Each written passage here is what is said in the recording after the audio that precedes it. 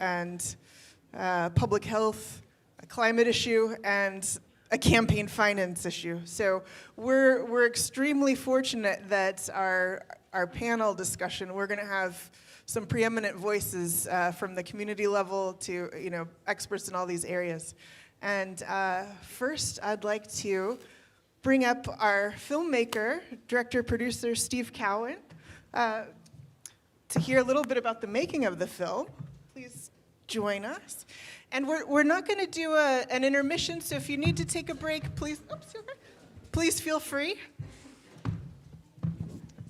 Test. Oh, yeah, we're there. There you go. Hey. Well, it's so nice to have you with us. Thank you for being here. I'm glad to be here. I totally salute the work the people in this room are doing. And I forgot, that was going to be the first thing. If you were in the movie, can you identify yourself? There are many of us here. Thank you. Thank you.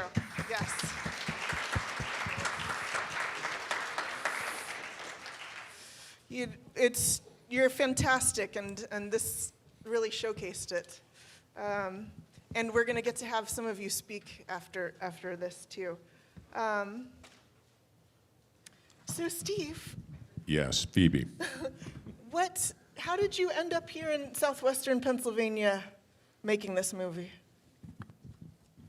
Most of the documentaries we've done over the years have been ocean-related. I have a huge love for the ocean, and I grew up by it.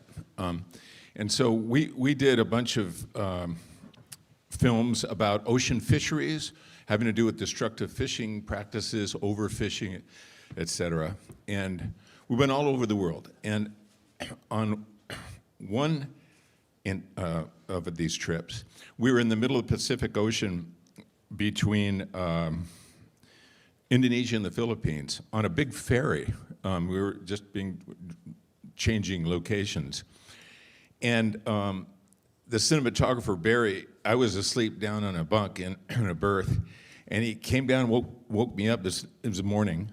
And he goes, "Get up here, you won't believe this." And so I went up on the deck, and as far as the eye could see, in all directions, horizon to horizon, there was floating plastic. And it was apocalyptic, disturbing to see that there'd be that much plastic out there. And that's years ago.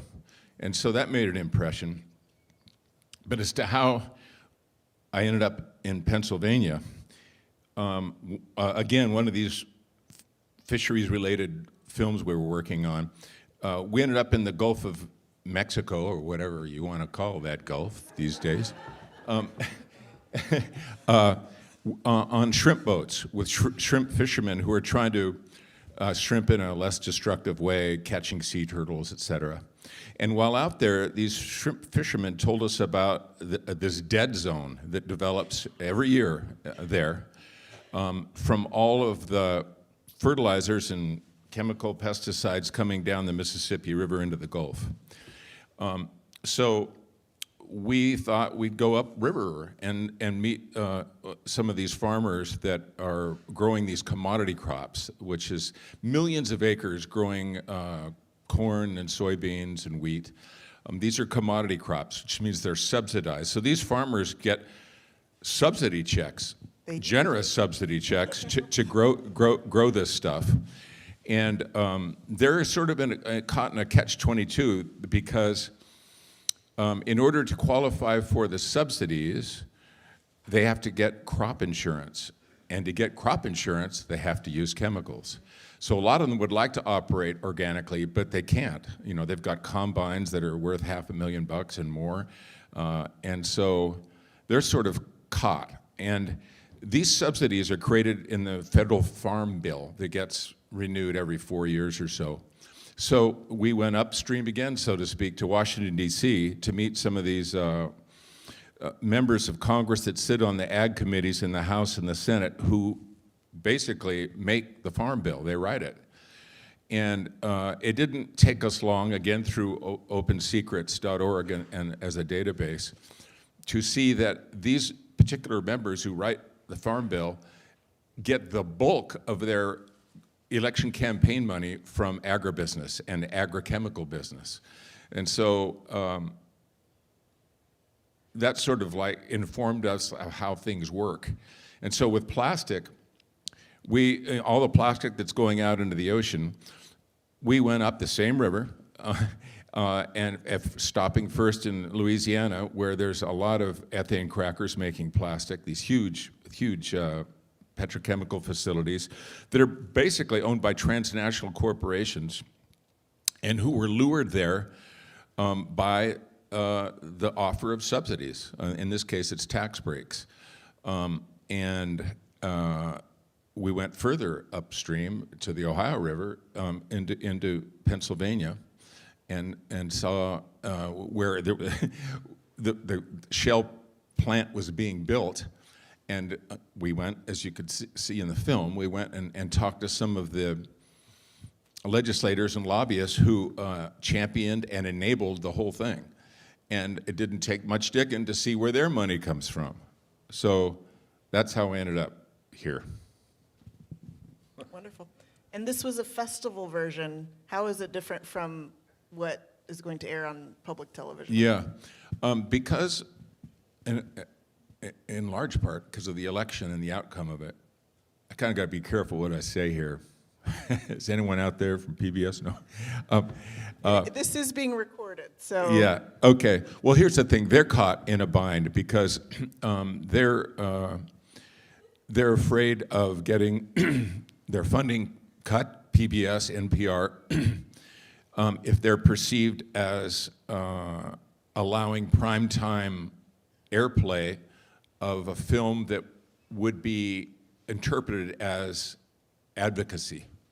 So the difference between what we just saw and our version for PBS is that they just said, hey, pull the animations. It's the animations you're editorializing. So just keep straight with your journalism and drop the editorializing. And so we did that, and now they're okay with it, but they're nervous nonetheless.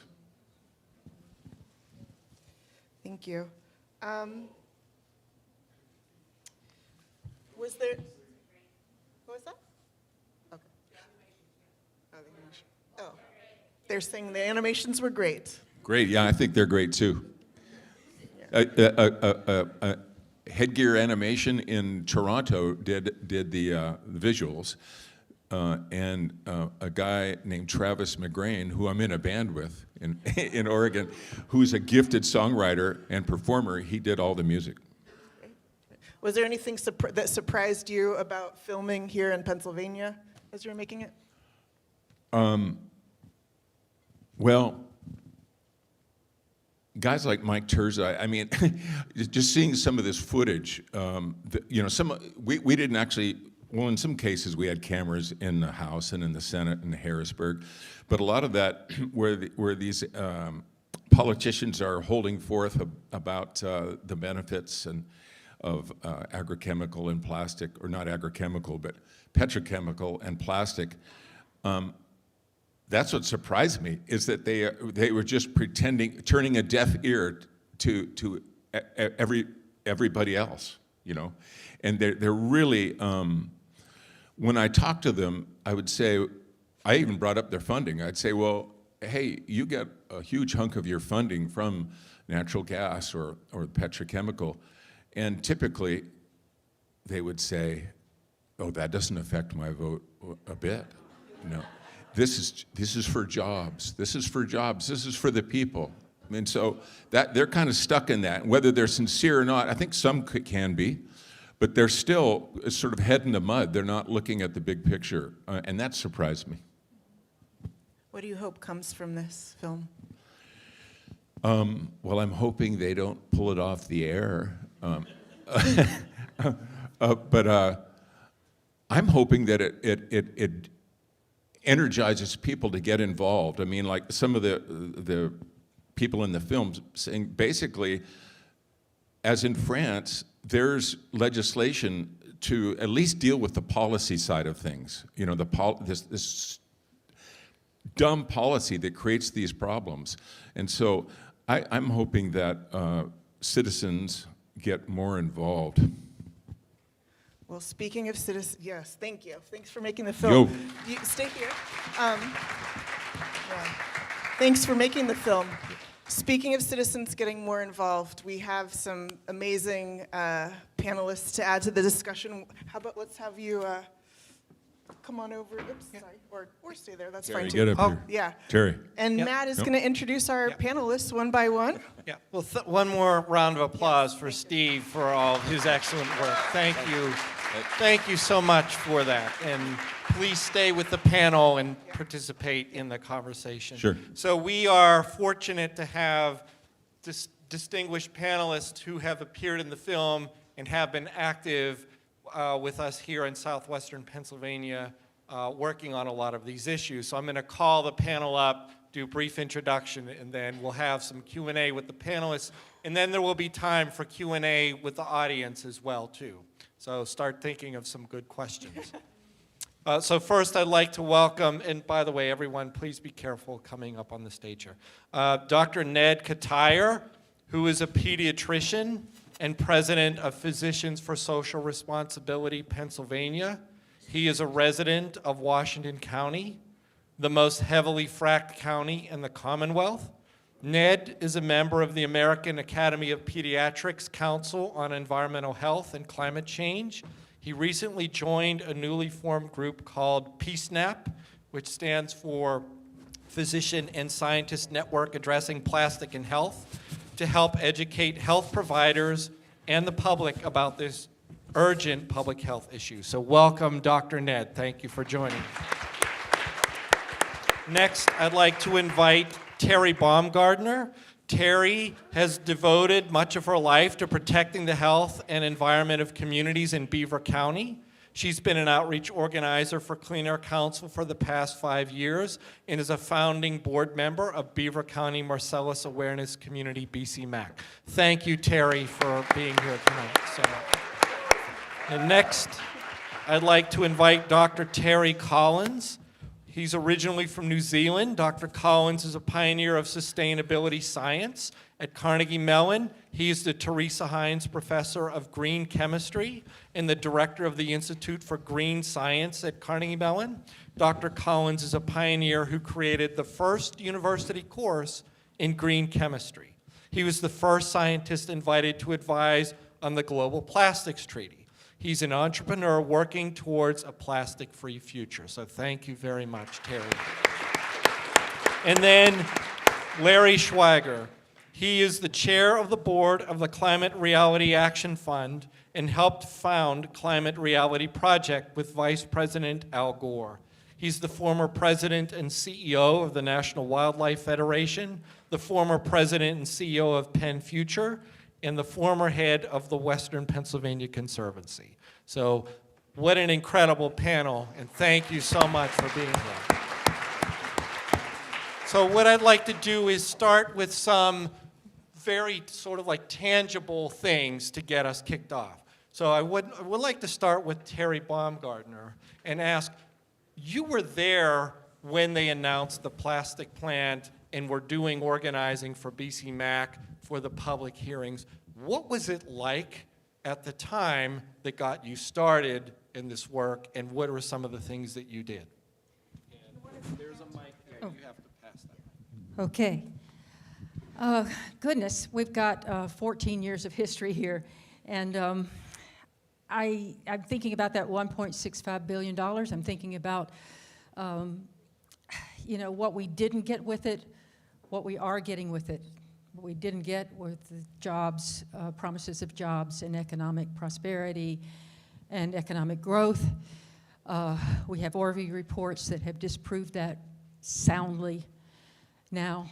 And what we did get was the chance to contribute to the global plastic crisis, the acceleration of our climate crisis, and health impacts, which Dr. Ned will talk about. And I could go through a lot of history. I was going to end with the story of the final approval of the plant. Maybe I should jump ahead to that in the interest of time. I don't know. There's time to come back. It's whatever you would want to cover, so please feel free. Okay, well let me ease into that then. A few weeks ago, I got a long email from somebody in the middle of the state. I'd never known this person, and the email was about the Shell plant, and the first sentence was, how did this plant get permitted? How did it even get permitted in the first place? And I can tell you it's not because Beaver County residents wanted it. It's not because they were consulted about it. And hopefully I've got a timeline and that story to tell you to show that. But in 2012, there were those tax incentives we saw in the film. We have Pennsylvania chosen, because of those tax incentives, over Ohio and West Virginia for the site of the plant. We have the siting in Potter Township, a community of 500 people. And that was a state-level decision that not even the township was consulted about. They learned about this at a press conference. The earliest pushback after 2012 was from at least not the earliest necessarily, but what I saw was an op-ed from Clean Air Council Executive Director Joe Minot about the health impacts of this plant. It was a warning. That was, I think, around 2012. And then a few years later, Clean Air Council put out a 70-page booklet, well-researched, deeply researched, about the health impacts of the plant. But it seemed to go nowhere. In 2014, Shell launched a posh reception for residents at the country club in near my home. And by the way, I live 4.5 miles from the plant. And that was complete with refreshments and the most personable company representatives. And of course, this was a launch of the jobs, jobs, jobs narrative, which would continue 24/7 for the next 8 years, more than 8 years. The promises made of jobs and economic growth were soon amplified by 2 university reports from a local university. Those 2 reports figures from them were often cited by the media without mentioning that they were commissioned by Shell. By 2016, though, there was some opposition surfacing. I could see and feel it both inside and outside Potter Township. And meanwhile, Shell was cultivating relationships with Potter, which held the power to approve or disapprove of the plant's final permit. In the summer of 2016, at a Potter Township meeting, the residents from the town of Beaver, which is part of, it's like the professional center of Beaver County, pleaded with the 3 Potter Township supervisors not to approve that final permit. Their pleas for me, and I saw them on video, I wasn't there, but to me their pleas, they were very passionate and eloquent, and they foreshadowed in that respect the testimonies of so many people to come over the years, but testimonies that often seem to fall on deaf ears. In the fall of 2016, some of us canvassed in the town of Beaver, which is across the river from the plant, the town of Vanport, which is the closest to it, and in Potter Township itself. We were canvassing for a fence line monitoring system around the plant. This was the idea of Clean Air Council. They thought it would provide a measure of protection for resident health. We gathered 750 signatures in those towns, and we presented them to the 3 Potter Township supervisors, but we weren't exactly welcomed. Shell had called the fence line monitoring system unnecessary, and Clean Air Council and Environmental Integrity Project would go on to wage a 2-year legal battle in order to win that system for the plant. At another Potter Township meeting that fall, the room was packed with opposing southwestern Pennsylvania residents who would suffer the plant's impacts, because we all know that toxic air and water contamination doesn't stop at boundaries, whether those are township or county boundaries. But a supervisor opened that meeting with this question: how many of you are from Potter Township? So opposing residents could only hold up signs because they weren't allowed to speak. Finally, in December 2016, the hearing for that plant approval, that final plant approval of the permit came. It was held in the Potter Municipal Building, and it began at 3 p.m. Shell held the floor for 6 hours. So it was 9 p.m. before the opposing residents got to speak. And then at 11 p.m., finally, the legal representatives for the opposition got to speak. And when the hearing ended at 12 a.m., I had to wonder how an 11-hour hearing structured in that way fairly represented the opposition to the plant.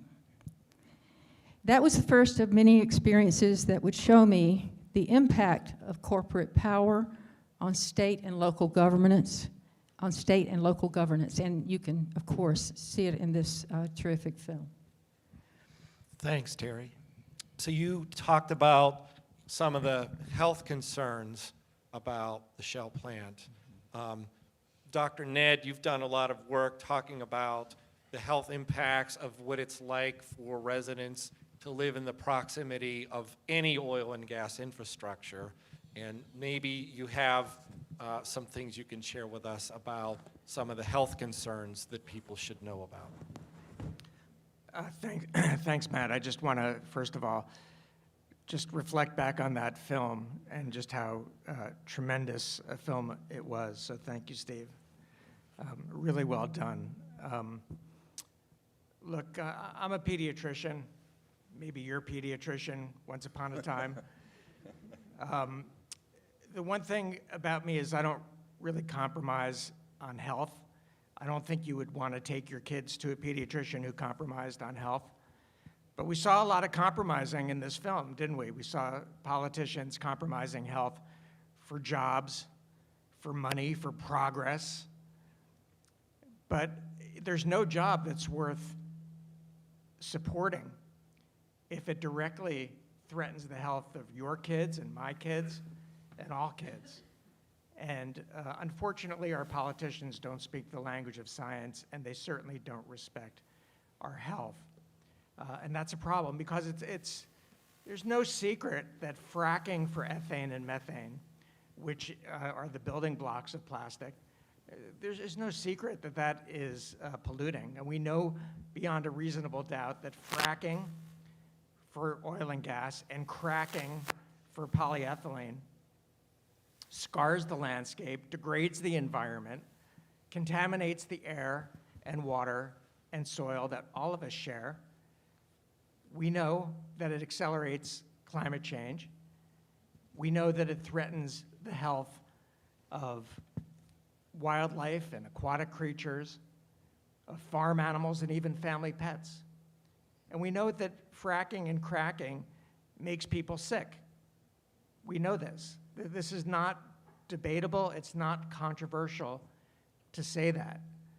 If you have 2 eyes, 2 ears, 2 nostrils, you know that what you're smelling, what you're seeing, what you're hearing is not good for your health and the health of your children. The chemicals that come out of the ground from fracking, the chemicals that come out of the smokestacks, and the flares when they crack at an ethane cracker plant, you know, a lot of those emissions are invisible. You can't see them except with this special camera. But you can smell them, and you can still see some of the emissions, and they're not good. Particulate matter, volatile organic compounds like benzene, which can cause cancer, and toluene, which causes permanent neurologic damage. And we see this in the community. Formaldehyde, radioactivity in the form of radon gas and radium-226 with a half-life of 1,600 years. And there's more. There's more toxic materials. It's not a secret. The fracking companies know it. The fracking companies know it's dangerous. Shell publishes the chemicals that are of their greatest concern, and there's a whole list of them, many of them carcinogenic. Many of the chemicals are endocrine disrupting chemicals, which in very small concentrations, hijack our immune systems, our endocrine systems, and increase our risk for all sorts of chronic diseases and certain cancers. So it's not a secret that this is bad. I think that's why we're all sitting here. We know that it's bad, and it has to change. This is unsustainable. It's unsustainable for our health, for the environment, for other creatures that we live with on this planet, and it's not sustainable for the climate. Thank you, Dr. Ned. I wanted to ask a kind of background question, and I'm not sure which of you, maybe Matt, would be the right person to answer. But could you give us a little context on, briefly, why we in Allegheny County should care about the Shell plant? How does that in fact impact our airshed? What are the climate emissions relative to other, things? Okay, all right, I can do this one. Do you want to take a crack first, and then I'm happy to. I can give a point on that question. Some years ago, we studied the legacy wells in the eastern side of the state, 100,000 of them. Every one that was looked at was leaking. After you sink one of these wells, the industry only stays around while it's producing a lot of gas. And then, of course, they try to close it off, and over time, whatever they did breaks down. And if you were looking from outer space at the United States, focusing on the vibrational spectra of methane, we would light up like a very bright light. We are major contributors to global warming because of that, for example. And that affects us across the board. Of course, it's not just Beaver County or any of the other counties we've heard talked about. It's really the whole world that we're impacting. So I don't remember all the numbers off the top of my head here tonight, but I do know, for example, the Shell plant contributes a large number of fine particulate emissions, PM 2.5, and we've worked with some air quality scientists, John Graham of Clean Air Task Force, to actually model what that impact is. We've done this recently. So we know, for example, that the Shell plant contributes enough particles that enter Allegheny County that it actually affects the background levels of particles in Allegheny County. It also affects, even more importantly, people who live in Beaver County in proximity to the plant. We know that the state right now is looking at which zones in our state should be considered as being not meeting air quality standards for various pollutants like particles. And they just had a public comment period on that. And the work that we did with this group pointed the fact that that area, so Allegheny County is not meeting those air standards, but the Shell plant is contributing enough of an increment that it should be taken seriously. But Beaver County is now on the cusp of possibly not meeting the air quality standards for fine particles. In fact, the standard is a yearly average of 9 micrograms per cubic meter, and last year, in 2024, the data came in, it's 2023 is the latest certified data, that Beaver County was at 8.9. So it's right on the cusp, and the Shell plant wasn't operating fully throughout 2023. So, we've put in comments to say, look, this non-attainment zone should be expanded. The Shell plant also emits large amounts of hazardous air pollutants, and there's modeling where the zones of concentration are there, and they're at levels that people should be concerned about. The other key piece of this is that it's also warped our government. So the water discharge permits and the air emissions permits that were required for Shell to run the plant to bring it up to speed, they had to warp our permit system. There weren't enough permits for volatile organic compounds available in our airshed.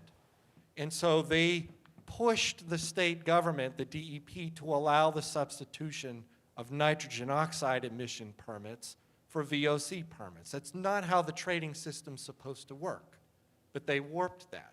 They also warped the water discharge permit process. They basically grandfathered that plant in under old permits that were there for when that site was a zinc smelter.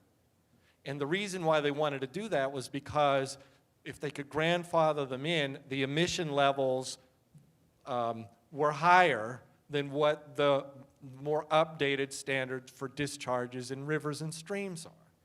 And so they warped the DEP's process there.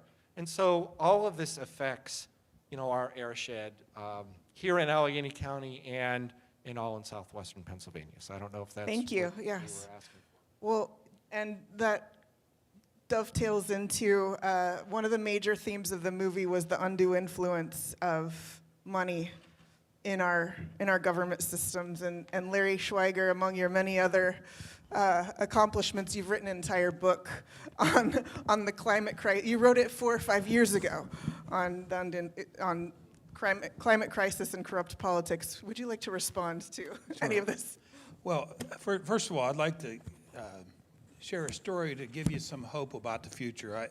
I'm sure everyone in this room understands the incredible situation we face nationally with the recent election. The film describes Mike Terrie as the former Speaker of the House. I'd like to tell you the story about how he became the former Speaker of the House. Speakers are, and I used to work in the legislature for 10 years, so I know a little bit about this. They pick speakers from safe districts so that they can do whatever they damn well want to do without any political pressure. And Mike Terrie was from a rock-solid Republican district in Allegheny County. It was actually several townships in northern Allegheny County, including McCandless, where I live.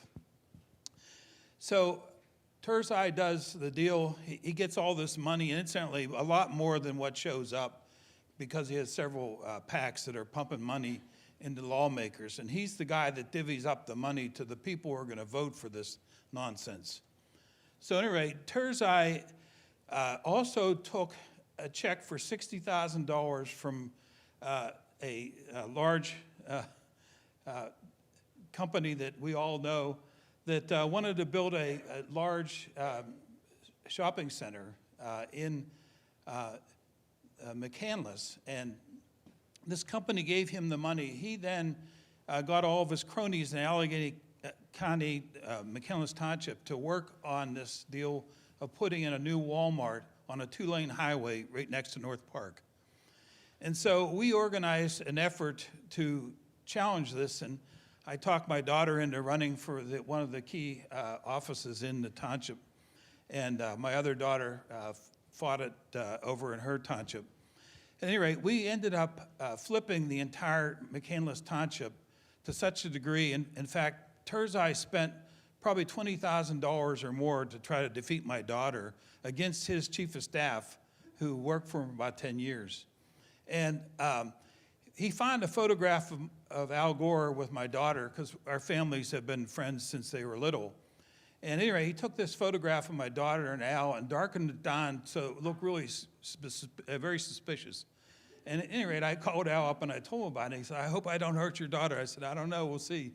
So anyway, we ended up having the largest turnout, and she had the most successful election in the entire county of Allegheny at that time.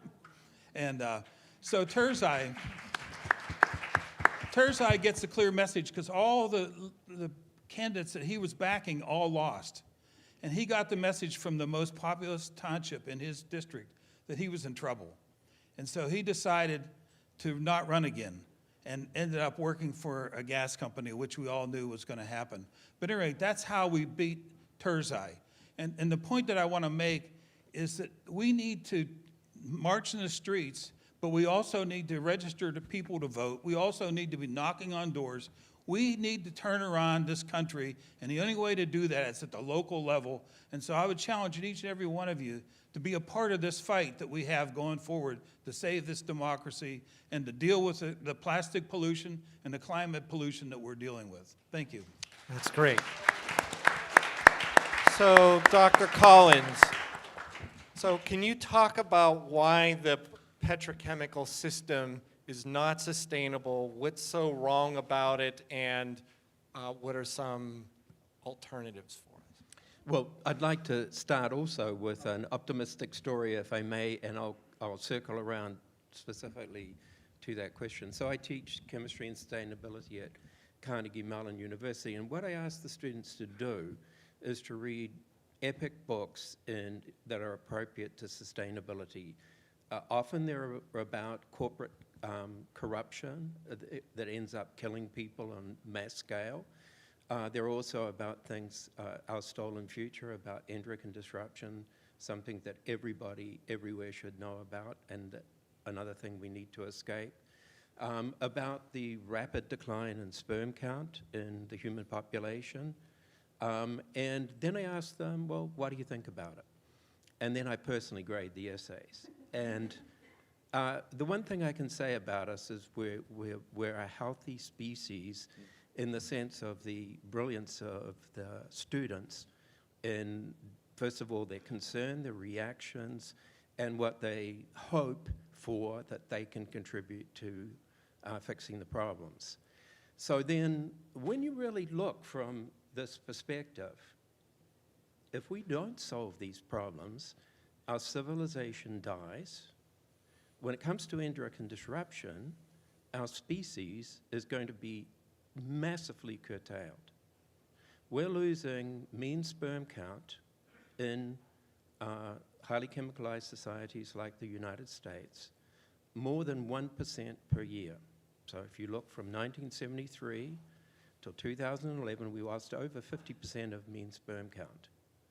Humans used to be very fertile. And it's like your kidneys. You have a more than you need activity, but you arrive at a point when suddenly it crashes and it doesn't work anymore. So 1 in 6 couples today cannot have a child the old-fashioned way. If you plot sperm count out into the future based on the lines that we have, the sperm count's asymptotically approaching 0 by 2045. That's the young children being born today, the young males. There's also all sorts of complications with female reproductive health, and reproduction is where we have, with males, it was where we have the best quality information. So we talk about that, hard and all as it is, but it's a whole range of health impacts. This is being caused by chemical pollution. When each of you go to the bathroom, you will excrete bisphenol A. Bisphenol A is a fantastically dangerous substance associated with plastics. You will excrete it at the concentrations that cause massive damage to the reproductive tracts of rodents and God knows what. And so if we do not deal with these problems, then American civilization is on the way out quite rapidly. And so I, of course, agonize about this all the time. It's bone-chilling in a way that you can't believe. I believe the universities, I've lived in universities my entire career, 45 years of teaching, they have really let the American population down. By and large, their object is to function and perform to the gallery of a failing system. We have a failing system. If we can fix plastics, if we can do the right thing, there's incredible hope. If we can fix energy, there's incredible hope. And we can. We saw it in the movie. The answer's right there. I can give you all the logic of why going solar will save American civilization, and sticking with this nonsense with oil, coal, and natural gas will destroy it very quickly. And so we really this should be talked about everywhere, taught about everywhere. And unfortunately, because it's bad for money for the people who have the money now, it's not a problem of not having money, it's just you're going to get your money another way. The people who control the money now are blocking this happening, and they're suffocating the institutions of the United States and the world that ought to be addressing these issues on steroids. Thank you. Quite a statement. So would anyone like to chime in on any of the topics? Yeah, sure. In addition to the horrendous things that we've just heard, if you Google PJM and price, you'll find that the price of energy, because gas is being used for 60% of the energy in Pennsylvania today, where when I was involved in Harrisburg, it was almost zero. But that gas price is going to skyrocket, and it's going to drive the price of electricity and gas. Some of you may have seen it in your gas bills. But we're going to see a very large boost in costs to the average consumer in the next 2 years. So look up the projections that the PJM is putting out about the future. You'll be shocked, as I was. So we have 2 reasons to do this.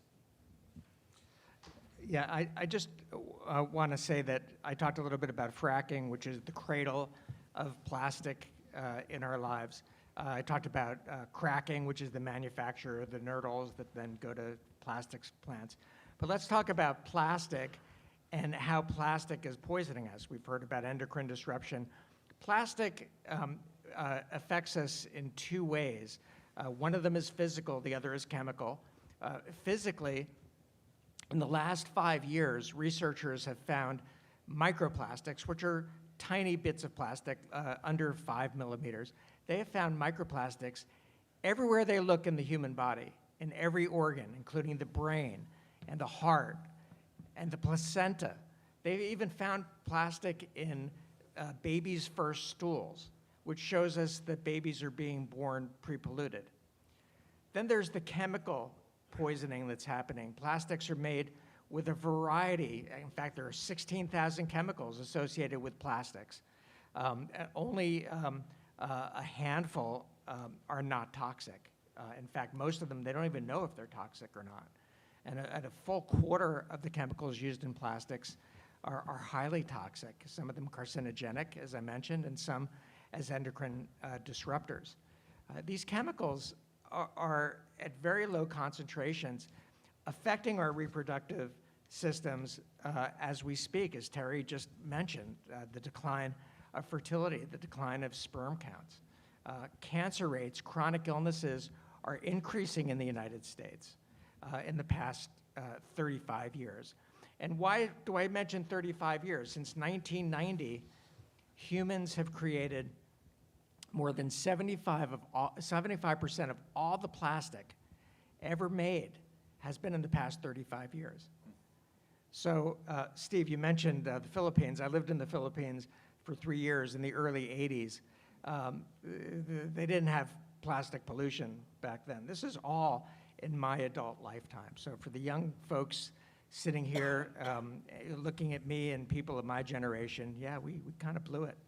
And we're looking to you to fix it because, you know, we don't seem to be fixing it anytime soon. So to pick up on that, we live in a money-first civilization. We have to live in a sustainability-first civilization. That's the conversion that we've got to make. Is it doable? Absolutely. See, we've only really had chemistry. I love chemistry. I'm a chemist. It's incredibly fascinating. You could do amazingly wonderful good things with it, and a whole lot of things that have turned out to be very bad. It started in 1856, the corporation as we know it, with the first commercial dye produced in London by a 17-year-old who went and patented it in his father's garage, and that began what became the imperial chemical industry of Great Britain at the time. We've only had oil since it's either August 26 or 27, 1859, and it was discovered 100 miles north of here in Titusville, Pennsylvania. We've only had this stuff and everything that's in this room, etc., that we see, the paint, the carpets, you name it, for a bit over, around 170 years. And we have a lot of growing up to do to understand how to control that power and how to make it good power as opposed to bad power. We commercialize chemicals because of technical performance and cost performance. Every chemical's got a health performance. Every chemical's got an environmental performance, and every chemical has a fairness performance. We have to learn how to quantify those and integrate them into the value proposition of chemicals, and we need a government that gets this through its head very quickly. But it can be done, theoretically anyway. You can imagine this working. So my hope is that we'll get on with it, and if we tackle plastics successfully, that will be a huge step. I'd like to, you mentioned the fact that we discovered oil here in Pennsylvania. The first fracking actually occurred by none other than John Wilkes Booth. Some of us don't know that, but John Wilkes Booth drilled a well in up near Oil City and dropped dynamite down the well to frack it, and it ended up blowing the well shut. He lost his first oil well, but in fact, John Wilkes Booth was the father of fracking in the world. Yes, and by the way, fracking is a term for an expletive four-letter word beginning with F. It's an old word for that, if you didn't know. So we'll be taking questions in just a minute. I just want to follow up with Terrie Baumgartner. You know, what has been the track record of the Shell plant? And you wanted to complete your story about, you know, what it was like at the hearing as well, too. I'm trying to, well, let me address the first question. Oh, okay. So track record of the cracker. We're talking about the second biggest emitter of VOCs in the state. Within 3 months after the startup of the cracker, it had exceeded its 12-month rolling emissions standards, or what was allowed by the permit. So in 3 months' time, we had blown past annual limits. And those were for volatile organic compounds and carbon monoxide and nitrogen oxide. And since today, I think this is an up-to-date count, but since the beginning or the startup of the plant, there have been 31 notices of violation. That's how many times the plant violated its permit. And 73, and I really think it's more than 73, malfunctions. So that's an abysmal startup record. And you know, there's been one incident after another. Probably one of the most memorable was in April of 2023, when 219 pounds of benzene were released over the fence line into the community around the plant. Benzene is a carcinogen. That was 21 times the report triggering threshold for benzene. So we had, in May of 2023, we have Clean Air Council and Environmental Integrity Project joining in a lawsuit about those violations. We have, in May of 2023, we have the plant, though, continuing to operate because of the subsidies. And we have a $10 million fine that Shell was penalized for those violations through that $10 million fine. But as Matt has said, that's basically the price of a parking ticket for this industry. So that's some of the record of the plant. You may know more. Finishing the story, well, the plant was permitted. We had to come back in January because there was a little wrinkle, had to do with the pipeline, not the plant. And in January, we were all hopeful that maybe there was another chance for that permit to be denied, and it was not. It was approved. Did I finish the story? Yeah, no, Is there I more? thought there might have been more from before, but I think Yeah, you had finished it yeah. from before. But thanks for those updates.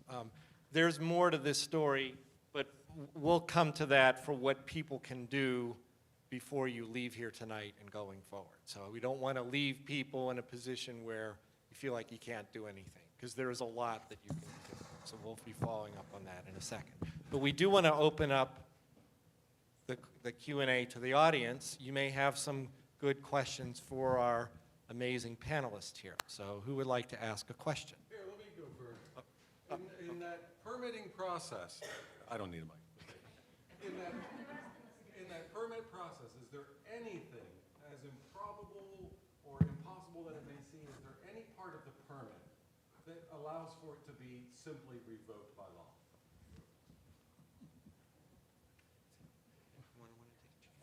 There has to be language in there somewhere.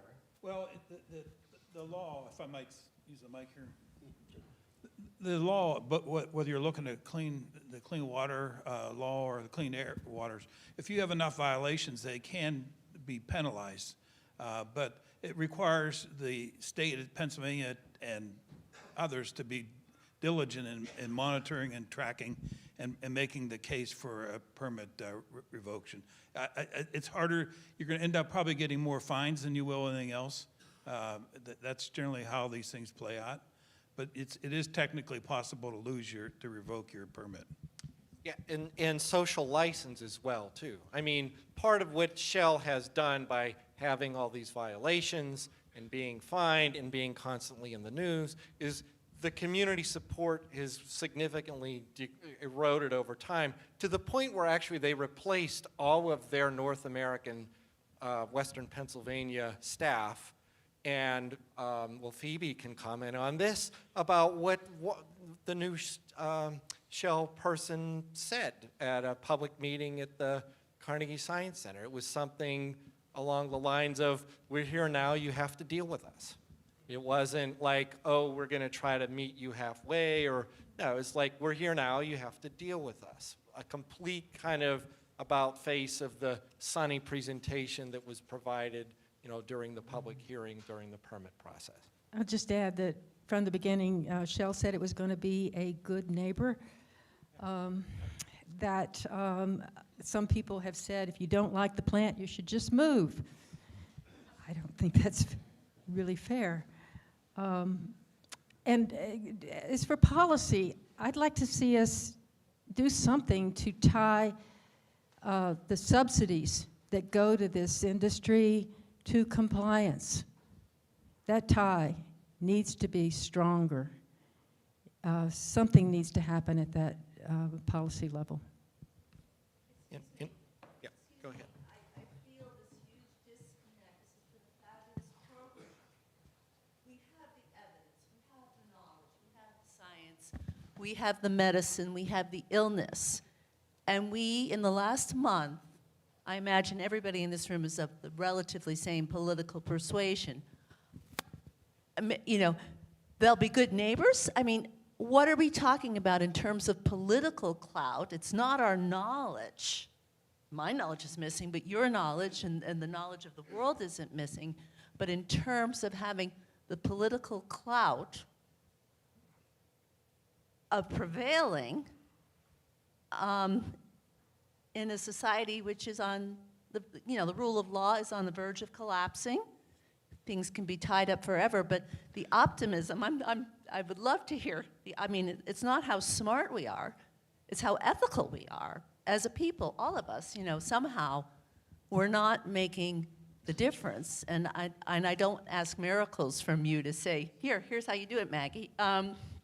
But it feels the incredible battle that you put on in Beaver County, you know, going back 14 years.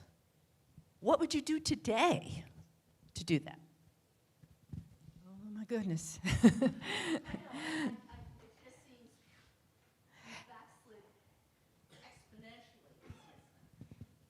Yeah, I mean, I think we did so many of the right things. It just seemed to fall on, so much seemed to fall on deaf ears. Well, they were very good ears compared to what they are now. Yeah, that's right. Let me give you a story from history. Many years ago, there was a lawmaker by the name of John Laudadio from Westmoreland County who was sick and tired of the coal industry polluting all the rivers and streams near his home. He lived in Westmoreland County. And John decided to run for the state legislature, and he organized the Sportsmen of Pennsylvania to back him and to get change. And he ended up, when he became a Democratic member of the House, he became a real force, and he cut a number of lawmakers, Democrats and Republicans, taking money from the coal industry, and he put on a campaign, and he ended up flipping the State House in 1969, 68, 69, in that period, and ended up changing the direction of the state legislature. And that's when we wrote the constitutional amendment guaranteeing the right to clean air and pure water and the preservation of natural. And John was one of those sponsors, and he changed the game. And I think what we really need to do is to get organized, not just to go out and march occasionally, but to get organized and to be changing people's minds, getting people registered to vote, and getting them out to vote. This is about the hard part of the job, and it's about knocking on doors. I can tell you I've knocked on a lot of doors for my daughter and for the candidates that were in McCandless, and I've done the same thing in other places. But we need to start doing that. As the environmental community has been good at sending a letter to the lawmaker or pushing here and there, but they have been actually rigging the system against us. And we need to push back and play hardball politics. So I'm no longer in a nonprofit, so I can say this without any blemish. It is time to get mobilized because we're losing our nation, and we're losing these incredible important battles like plastic because we're not pushing hard enough. We're not engaging in the politics of this nation. Let me just add that in the film, there were a couple of champions in the Pennsylvania legislature who were featured. Katie Muth, Representative Rabb. There are fantastic elected people in Allegheny County, in Pennsylvania, but there aren't enough. There aren't enough.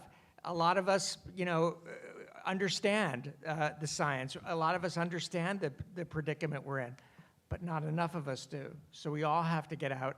And as Larry said, we've got to knock on doors. We've got to talk to our neighbors, and we've got to educate them, and we have to listen to them as well. And consider running for office yourself. Another question? I have so many questions, but I'll try and limit it. I just want to make a comment first about the first question and what was just mentioned about the right to clean air and clean water in our Constitution and Pennsylvania. To me, that is the clearest legal path towards getting plants like these shut down, is to litigate it and take it to the courts. My question for the panel is, we have such a breadth of knowledge here, from the medical field to community organizing, storytelling, media, education and innovation, and politics. As a young person who's trying to make a difference, I wonder what your experience is, how you feel you have made a good difference, or anything you can point to in that direction, as well as what I see, what the kind of conclusion of the movie was being about finance and politics, and the Citizens United decision, and trying to reverse that. Is that the penultimate, or is there smaller things? What do you see your impact as?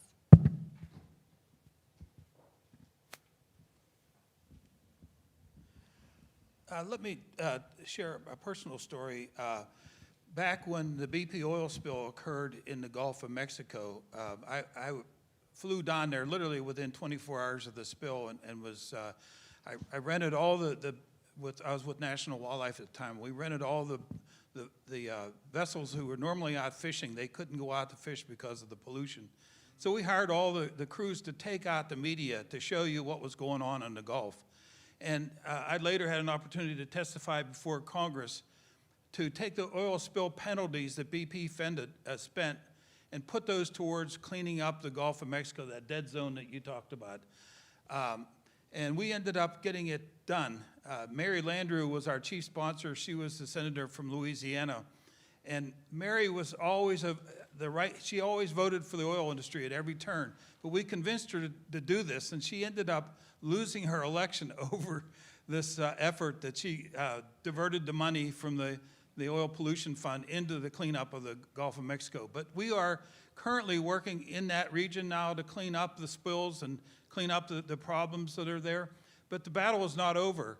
Al Gore recently shared with me, that the Trump administration eliminated the rules for environmental justice issues that Al and the late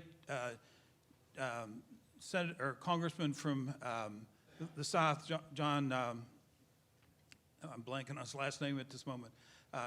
Anyway, they were able to get this legislation passed, and it's been put aside. So all the pollution that occurred in the toxic areas of the Louisiana, the so-called Cancer Alley, are not protected the way they once were because of the recent rulemaking and pullback from the Trump administration. So there's a lot of work to be done. There are people all over this country that can work together, but we must get better organized. We must work hard at the politics, and it's time. We show up with a wiffle ball bat when they're playing hardball, and it's time to bring the hardball bat to the ball game, because it's time to win these battles, and if we don't, our children will pay a terrible price. John Lewis was the name I was missing. I think that's a tremendous question. It's a very complex one to answer. We need to be solutions focused. That's what we do. In fact, the company that is based on the intellectual property that I generated, we miniaturized the enzymes that are in our livers for breaking things down and made them far more powerful than the enzymes, such that they react with hydrogen peroxide at dazzlingly low concentrations to remove endocrine disrupting compounds from water, municipal wastewater, industrial water, any kind of water. And it's by far the easiest and cheapest way to go. And while we were doing it, we engaged with really world-leading endocrine disruption scientists to make sure that what we were making were not going to be just out of the frying pan into the fire. And the news there is really good. So we focus in that way. If you look, so remember, we're living through a growth of civilization period, and the shock of Donald Trump actually is also a great opportunity, just as Larry's talking about here, to really start, because we tend to be a bit lazy on these issues, that are kind of hard to figure out, and Larry's saying we can't do that anymore, and he's absolutely right. But if you look right to the top at the civilization and say, what's wrong with us? Actually, it's not that we're bad, or of course people taking money for stuff, that's very shabby, but it's this, that essentially our ethics are out of date. If you think about the rules of thumb, they all come from the great religions. If you think about the rules of thumb of Christianity, the Ten Commandments, and Christ's love one another addition, the rules of thumb have very short-term projection in time and space. They're meant to control the interactions between people who meet each other. However, science and technology have brought us unbelievable powers. That means I can sit here and talk to my former graduate student in India if I care to dial him up right now. And I can influence him. And somebody can sit somewhere and press a button and destroy our country on the other side of the world. We live in so what it reduces to, we know how to love the present. We know how to love our families. We know how to do the best for our communities. We don't know how to love the future. And so the big battle is between the near term and the long term. We have to advance in understanding how to love the future and to protect the long term and to prioritize the long term actually over the near term. Well said. Okay, so I wanted to invite Steve to, if you have any further reflections as a filmmaker. You've heard some of the questions of the audience, what the panel has reflected on, some of the anxieties that folks have, and maybe in your work as a filmmaker, you may offer some thoughts to us about what we might consider doing. Well, the one thing that occurs to me is, you know, our Louisiana story, it's taken a big turn for the worse. It's gotten some of the rollback, some of the environmental justice, and some of the momentum that these rural parishes had. It's not happening. And their new governor, Landry, I think is his name. You know, you've got people like Elon Musk putting untold money behind these elections, you know, so I keep going back to electoral reform, you know. But Landry, who's always been an oil and gas man, apparently, he got, maybe you read this, I think it was in the, yeah, $450,000 from one billionaire, and he's in the governor's office. And he's rolling back all this progress that had been made. It's over with for the time being, anyway. So it does, for me, I don't know how you get around that type of stuff without electoral reform. You know, if guys like Landry are running the show, what are we going to do about that? So I didn't really have anything to say besides pose another question. That's a good question. Here for us in Pennsylvania, our governor just came out with a new budget. He labeled it something called his Lightning Plan, which is the fast-track development of new gas-fired power plants to meet the backlog that PJM has artificially created by not fast-tracking solar and wind like it should have been for the last 10 years. And they're using that as an excuse to try to subsidize additional gas-fired power plants. So one thing that everyone in this room can do is write to our governor and say, Governor Shapiro, we don't recognize you anymore. You were the one, as Attorney General, that indicted Equitrans, that did the Mariner East pipeline and called them out as a criminal enterprise. And you posed all sorts of guidelines for how to protect the health of Pennsylvania residents, but yet you're not following through with any of them as governor. And you're positioning yourself to run for president. You need to let our governor know that that's not acceptable. That we need to write to the governor and say, stop it. You should not be standing with the CEO of CNX Gas and doing a greenwashing commercial by saying that they're being transparent about how they operate, when actually they violate the law many, many times in their operations. And they're corrupting our governmental system. So we have to do that. Like, this is the hard work that people need to follow through with. By the way, we have a handout that you all can pick up on your way out that has no fewer than 7 things that you can be doing. That can start with participating in the Racial Justice Forum on February 22nd, coming to the Shale and Public Health Conference held at Duquesne University next Thursday, February 27th, cheering our youth on at the Youth Climate Summit on March 29th, and then attending the Solar Punk Future gathering that's happening also in early March. Sign for a fair public hearing.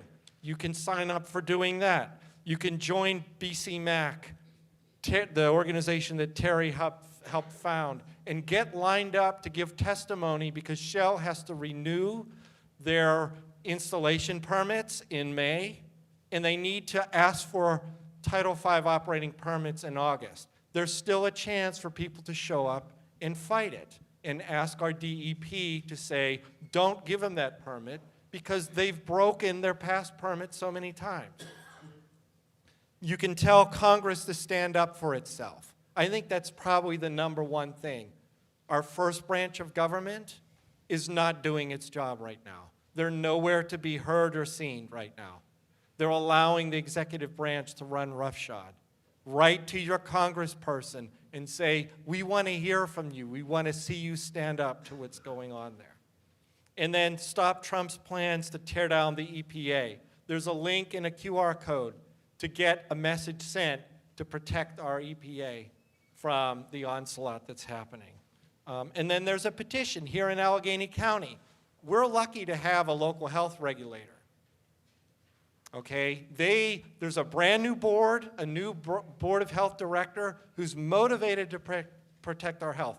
They need the funding to be able to do that. Write to your county council person and say, fund the bill,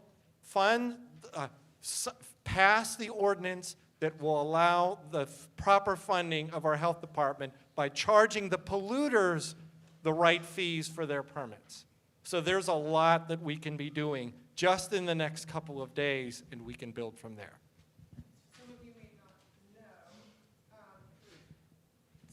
Some of you may not know, the Allegheny County Health Department is our climate regulator for Allegheny County. So, and industrial pollution, like we saw there, is 40% of our climate emissions. And Pennsylvania being the number 4 climate emitter, Commonwealth state in the country, what we do, and Allegheny County, Philadelphia, what we do here in Allegheny County has nationwide climate implications.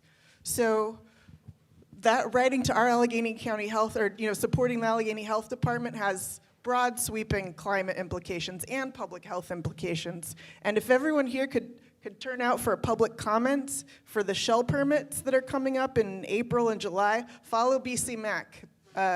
They will lead. That would be fantastic because it does impact our airshed right here where we're standing. And the last thing I'll say is, this theater, the Harris Theater, is named for, we thought Teenie Harris, but no, there's another Harris, John Harris, who was one of the inventors of the movie theater.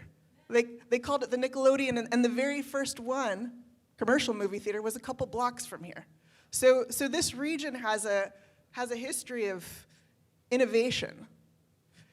Now, how that ties to the budget that the governor announced, you're going to see a lot of things, the sustainable aviation fuel, the AI data centers. These are like Trojan horses. They sound innovative, but they're really just new products for gas and fracking. And that's not the economy that we want. That's not the energy future that we want. That's not the health we want for our community members. So, yeah. Absolutely false on the green plane fuel. Absolutely false. Yeah. I mean, the biggest energy source in the universe, like our whole planet's solar powered, So, okay. So Solar power from many millennia ago. Yeah. And we're just puking it out into the air. Yeah. So the most important thing for acting is knowing the reason why to act. And I think right here with this panel and this film, we have a slam dunk case for why to act. We're right on the science. We're right on the ethics. We're right on the community wants and needs for the short term and the long term. We just need to be more active and have the courage to stand up to push for what's right. I read an Atlantic magazine article last week that raised the hair on the back of my neck. And it was about one of the ultra-conservative members of the German government who financed the Nazi Party. And their argument for how they did it was jobs, jobs, jobs. That was their core crux of their argument for how they got that done, because they thought it was a corruption scheme for getting money and making money off of it and selling it out, and it's the corporations that enabled that to happen. Now, I've got to be careful about how far we draw the analogy, but there are a lot of parallels. What we need to do is have the courage to stand up and say, jobs, jobs, jobs. It's more than that. It's community, it's togetherness, it's our future, it's the survival of the species, and we need to be able to say those things and get people motivated.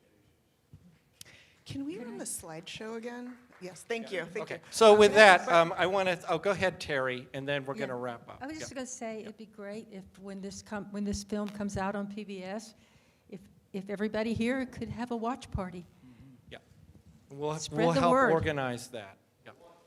Yeah, I'll let Breathe Project know when that date is going to be for, what is it, WHYY, is it? It's WQED. Oh, okay. I'll let you know when that date is. If they commit to an air date, hopefully it'll be during prime time. I'll let you know. So I'd like to thank our panelists, Terrie Baumgartner, Ned Ketyer, Terrie Collins, and Larry Schwager. So thank you very much for your... I'd like to thank our sponsor organizations, Physicians for Social Responsibility PA, Three Rivers Waterkeeper, BC Mac, and Protect PT. And Penn Future, too. And Penn Yes. Future, too. And I want to thank our Breathe Project staff.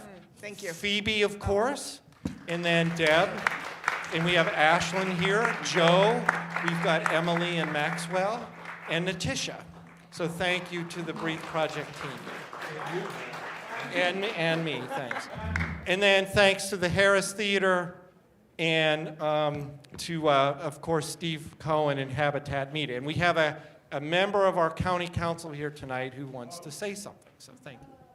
Thank you very much. I'm a member of Allegheny County Council, and we are being urged by the county health department to increase the Title V permitting fees for the major polluters in this region, and you probably know who number one is. And if you'd like to help, I mean, we need 10 votes on council to make this happen. We need a supermajority. We have 8 votes, and we're frozen right now because 3 of my colleagues are up for re-election. And they're being urged by labor and industry, don't do it. Don't support this fee increase. So if you're at all interested, you can send emails. You can flood our email box at the Allegheny County Council. You can show up at our meetings. We'll give you the mic for 3 minutes. Our next meeting is on the 25th of this month, which is Tuesday. I'll be there. And just, contact our office. They'll put you on the agenda. And just flood the airwaves inside council. So thank you very much for that. Thanks. Yep. Thank you very much. And I want to thank you all here for staying late tonight and being here. And the panel will be here for a few minutes to mingle and chat with you if you have